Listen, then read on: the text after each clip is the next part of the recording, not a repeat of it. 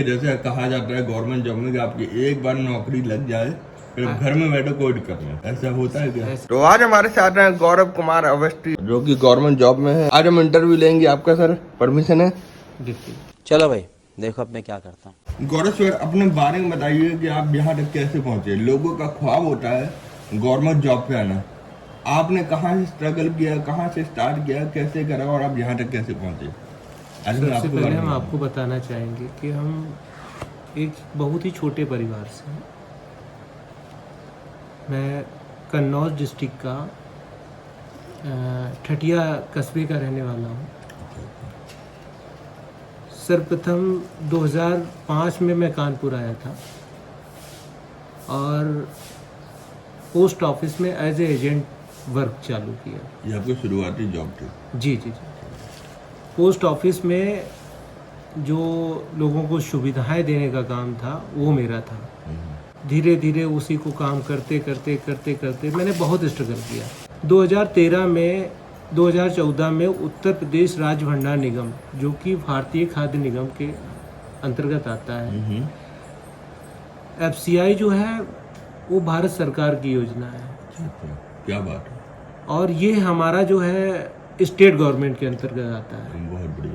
दोनों संस्थाएं मिलके ही हर एक स्टेट को आगे काम देती हैं, जैसे कि खाद्यान्न का आवंटन करना, खाद्यान्न का संग्रह करना, संग्रह मतलब इकट्ठा करना खाद्यान्न को। खाद्यान्न क्या होता है? खाद्यान्न का जो गेहूं चावल होता है उसे खाद्यान्न बोलते हैं। जो यही सब चीजें यहाँ इकट्ठी होती हैं मेरे यहाँ। होता ये है कि जैसे कि कोविड टाइम में हमने देखा है कि हमारे विभाग ने बहुत अच्छा काम किया हुआ है।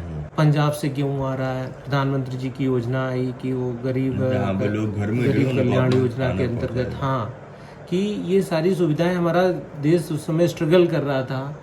उस समय प्रधानमंत्री जी की एक योजना आई कि गरीबों को जो है खाद्यान्न मिलना चाहिए।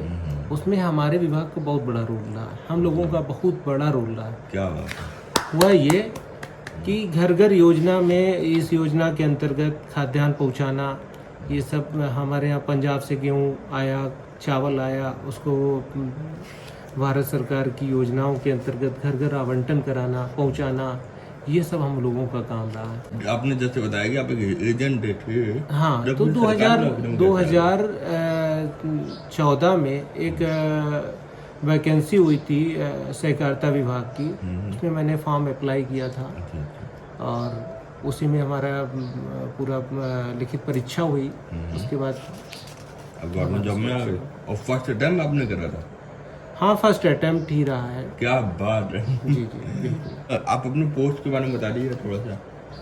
इस समय मेरी पोस्ट वहाँ कंप्यूटर ऑपरेटर के पद पे है। तो वहाँ क्या है कि जितना मेरे यहाँ स्टॉक होता है उसका पूरा डेटा मेरे पास रहता है कि कितना चावल है, कितना खाद्यान्न है, आज की डेट में किस योजना में कितना खाद्यान्न जाएगा, कितना हमारे पास स्टोर है, कितना हमें महीने में आवश्यकता है। पूरा डेटा आपको बना के रखना पड़ता है? जी जी बिल्कुल। ये आपको पूरा कानपुर का है, पूरा यूपी का है? ये नहीं, पूरे यूपी का नहीं, ये पूरा उन्नाव डिस्ट्रिक्ट का है, एक डिस्ट्रिक्ट वाइज रहता है। तो ये चीज़।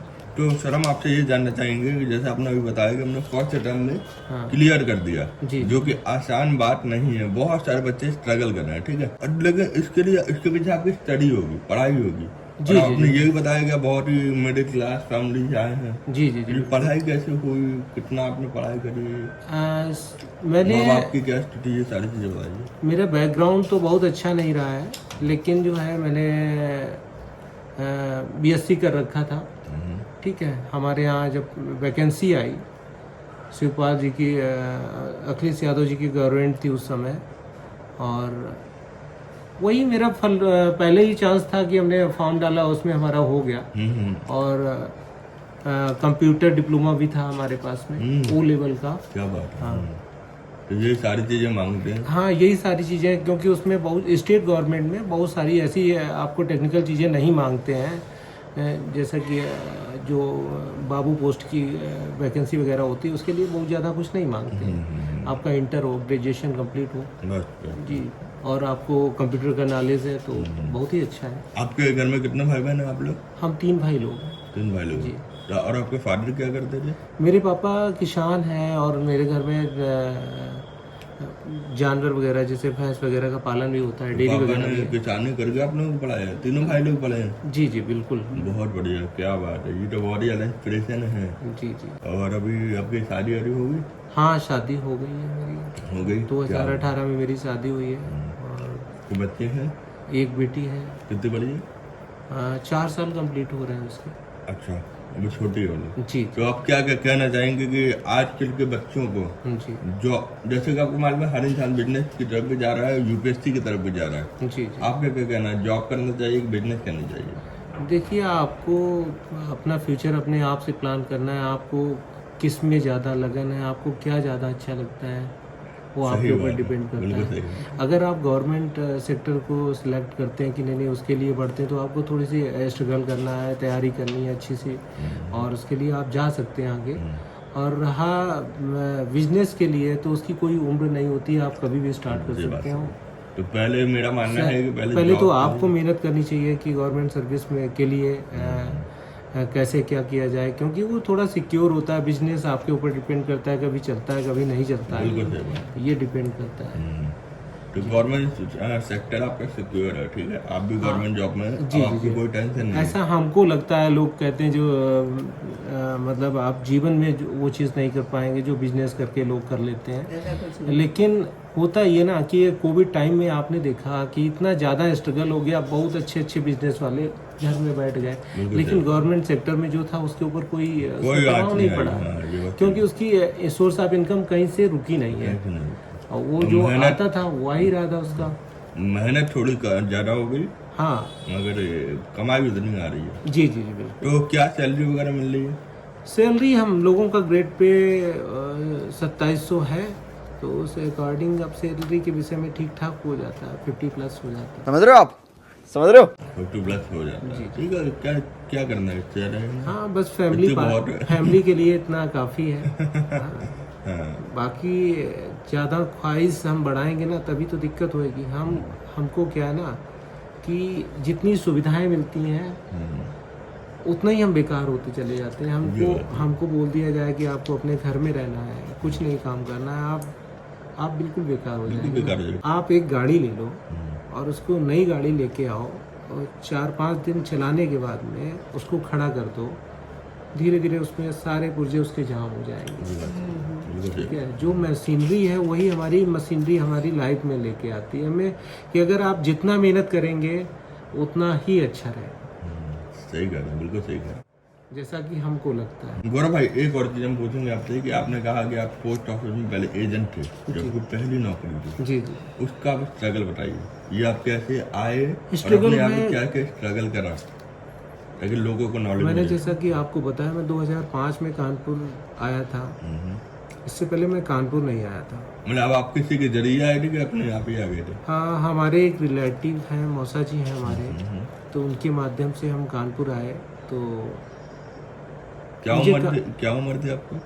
उस समय मेरी उम्र रही होगी 18 प्लस थी। अच्छा, ठीक, वही हम 20-21 साल के आसपास? नहीं और कम? 17 और 18 के बीच का ही रहा होगा। अरे वाह, फिर उसके बाद क्या हुआ? पोस्ट ऑफिस में एज एजेंट काम स्टार्ट किया लोगों के नहीं, घर जो में। आपने वहाँ पे अप्लाई करा था, कैसे क्या करा? नहीं, वो एज एजेंट वो एजेंसी लेनी पड़ती है। अच्छा। ऑफिस नेशनल सेविंग्स ऑफिस के माध्यम से मिलती है, वो कोई भी ले सकता है। कोई भी ले सकता है। जी, उसको जो हमने इस काम को स्टार्ट किया, ये गवर्नमेंट सर्विस नहीं होती है। इसमें क्या है कि जब हम जैसे आपको पब्लिक को जैसी सुविधाएं पहुंचाएंगे, जितनी अच्छी सुविधाएं पहुंचाएंगे, जितना अच्छा काम करेंगे, उसके कुछ परसेंटेज होते हैं, बेनिफिट के होते हैं जो हमको मिलते थे। तो सर्विस क्या होती है पोस्ट ऑफिस में? पोस्ट ऑफिस में ये होता है कि जैसे आपको आरडी चलानी है, पर मंथ पैसा जमा करना है, अच्छा, तो हमारे वो यहाँ सब आके सरकार है। आपकी सुविधाओं को हम जो है आपको पोस्ट ऑफिस ना जाना पड़े, हम इसलिए घर पे जो आके है करना। आप हमसे सुविधा ले सकते थे उस बिल्कुल समय। सही है। हमने आपसे पैसा लिया और वहाँ जमा कर दिया, तो भारत सरकार की तरफ से उसके कुछ परसेंटेज सुविधाओं के हमको मिलते थे। तो आपको इस नौकरी में जी, क्या क्या स्ट्रगल फेस करना पड़ा? ऑब्वियस बात, गवर्नमेंट जॉब है, सुकून की जॉब है, मगर ये सुकून भी नहीं, नहीं है। ऐसा नहीं है कि गवर्नमेंट सर्विस सारी सुविधाएं देती है तो आपसे काम भी लेती है, और आज के समय में तो प्राइवेट सेक्टर से तुलना की जाती है कि आपको एक टारगेट फिक्स होते हैं कि आपको इतना इतना काम करना है। और अगर मान लो नहीं करा, नहीं करेंगे तो आपको बहुत सारी चीज़ें का स्ट्रगल करना पड़ेगा, फिटनेस सर्टिफिकेट देना पड़ेगा, जैसे जैसे कि नौकरी नहीं आपको जाएगी काम मगर बहुत सारे काम। आपको बताना ही होगा कि आपने क्या काम किया है और क्यों नहीं किया। क्यों नहीं, अरे फिर भी जैसे कहा जाता है गवर्नमेंट जॉब में कि आपकी एक बार नौकरी लग जाए फिर घर में बैठो कोई दिक्कत नहीं। ऐसा होता है क्या? ऐसा नहीं होता है, ये समय बहुत पहले था। आज के समय में आपको काम, आपने क्या काम किया तभी सैलरी मिलनी होती है। अब मान लो काम नहीं करा तो सैलरी नहीं मिलेगी। सैलरी तो मिलेगी लेकिन आपकी छवि बहुत खराब हो जाएगी, आगे आपको टर्मिनेट करने के चांसेस बढ़ जाते हैं, आपकी कार्यशैली ही देखी जा रही है, आपके प्रमोशंस रुक जाते हैं, आगे के बेनिफिट बहुत ज़्यादा खत्म हो जाते हैं ना। और क्या, और जो पहले था वो आज नहीं है और आगे नहीं रहेगा। अच्छा हाँ, एक और चीज़ पूछेंगे, एज ए एजेंट आप कितना महीने का अर्न करते थे वहाँ पे? कितना कमीशन, कितना आपको परसेंटेज मिलता है? उसका गवर्नमेंट कितना परसेंटेज देती थी? गवर्नमेंट का परसेंटेज मेरे काम के ऊपर डिपेंड, मैंने आपको बताया कि मेरे काम के ऊपर डिपेंड करता था कि कितना अच्छा मुझे काम करना, कितनी अच्छी सुविधाएं पहुंचानी पब्लिक को, और उसका जो हम काम करते हैं, जैसे कि आपका हमने कोई काम किया तो उसका मानक निश्चित होते हैं। हाँ ये है, ठीक ठाक था, 10-15 हज़ार रुपये निकल आता था। अच्छा, 10-15 हज़ार रुपये निकले आते, मतलब घर के खर्चा शुरुआत हो गई थी आपकी? हाँ जी। चलिए, और 2005 के बाद में 15 हज़ार का वैल्यू होता था, ऐसा नहीं है। हाँ ये भी तो है, ये तो हम कवर करना भूल गए। तो आज के हिसाब से 22, 23, 24 हज़ार के है। नहीं, और इस ज़्यादा समय को देखा जाए तो वही डबल में कन्वर्ट हो जाता है, 30 हज़ार के 30+ के। चलिए, तो बहुत अच्छी बात है। बहुत अच्छा लगा आपसे बात करके गौरव सर। और आगे का क्या प्लान है? यही नौकरी करनी है कि आगे भी कुछ करना है? नहीं, अभी तो अब 60 साल तो यहाँ तक रहना ही रहना है। बिल्कुल सही बात। रिटायरमेंट तक तो यही है, फिर उसके बाद में आगे प्लान किया जाएगा कैसे क्या। अभी आपने अपना घर, मकान, गाड़ी, बंगला सब कुछ मेंटेन कर लिया। अब मेंटेन होगा? अरे वाह, बहुत बढ़िया।